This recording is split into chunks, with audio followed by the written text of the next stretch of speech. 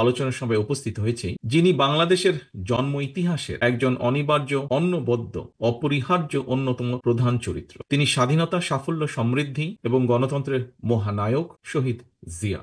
স্বাধীনতা এবং মুক্তিযুদ্ধের ময়দানে স্বাধীনতার ঘোষক জিয়া যেমন একজন অকুতোভয় অধিনায়ক ছিলেন, স্বাধীন বাংলাদেশে গণতন্ত্র প্রতিষ্ঠা এবং স্বনির্ভর বাংলাদেশ প্রতিষ্ঠায় সফলভাবে নেতৃত্ব দিয়েছেন শহীদ জিয়া। স্বাধীনতা, মুক্তিযুদ্ধ এবং মুক্তিযুদ্ধ পরবর্তী স্বাধীন বাংলাদেশের রাষ্ট্র, রাজনীতি এবং দেশ পরিচালনায় শহীদ জিয়ার অবিস্মরণীয় অবদানের অনেক বিষয় আজকে সম্মানিত আলোচক বৃন্দের আলোচনায় উঠে এসেছে। আমি চেষ্টা করব সেই বিষয়গুলো আমার বক্তব্যে আবার পুনরুল্লেখ না করতে। তবে সবার আলোচনায় একটি বিষয় কিন্তু প্রতীয়মান হয়েছে আজকের রাজনীতিতেও, অর্থাৎ আমাদের এই বর্তমান রাজনীতিতেও শহীদ জিয়া খুব সম্ভব সমানভাবেই প্রাসঙ্গিক। শহীদ জিয়ার রাজনীতি এবং রাষ্ট্র পরিচালনার নীতি এবং পদ্ধতি এখনো আমাদের জন্য অনুকরণীয়, অনুসরণীয়। সম্মানিত উপস্থিতি, আমার কাছে মনে হয়েছে স্বাধীনতার ঘোষককে জানতে হলে, বুঝতে হলে কারো সঙ্গে বোধহয় তুলনা করার বা তুলনা দেবার কোনই প্রয়োজন নেই। শহীদ জিয়া রহমান মানেই একটি স্বনির্ভর, আত্মমর্যাদাশীল এবং গণতান্ত্রিক একটি বাংলাদেশ।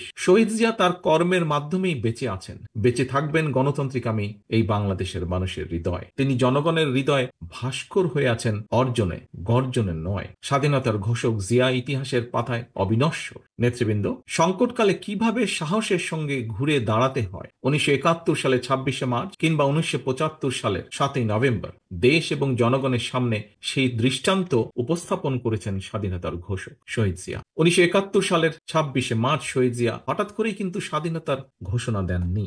একটি স্বাধীন বাংলাদেশের স্বপ্ন কিভাবে তার হৃদয় স্থান করে নিয়েছিল, ইতিহাসের আগ্রহী শিক্ষার্থী যারা, আপনাদের প্রতি আহ্বান থাকবে শহীদ জিয়ার নিজের লেখা একটি জাতির জন্ম শীর্ষক যে প্রবন্ধটি, সেটি পড়ে দেখবেন দয়া করে আপনারা। আজকের সম্মানিত উপস্থিতি, মঞ্চে উপস্থিত নেতৃবৃন্দ যারা প্রবীণ নাগরিক রয়েছেন, আপনারা সাক্ষী আছেন, একই সাথে ইতিহাসও সাক্ষী আছে। লাখো শহীদের প্রাণের বিনিময়ে অর্জিত স্বাধীনতা উত্তর যে বাংলাদেশ ছিল, সেটি কিন্তু সেই কয়েকদিন পরেই স্বাধীনতার পথ হারিয়ে ফেলেছিল। খুন, গুম, অপহরণ, সন্ত্রাস, নৈরাজ্য, সেনাবাহিনীতে অস্থিরতা, সব মিলিয়ে বাংলাদেশকে একটি তাবেদার রাষ্ট্রে পরিণত করেছিল। সকল ষড়যন্ত্রকে প্রতিহত করে 1975 সালের 7ই নভেম্বরের পর থেকেই মূলত স্বাধীনতার ঘোষকের নেতৃত্বে মুক্তিযুদ্ধের মূল যে মন্ত্র, তাতে বাংলাদেশ ফিরতে শুরু করে ধীরে ধীরে।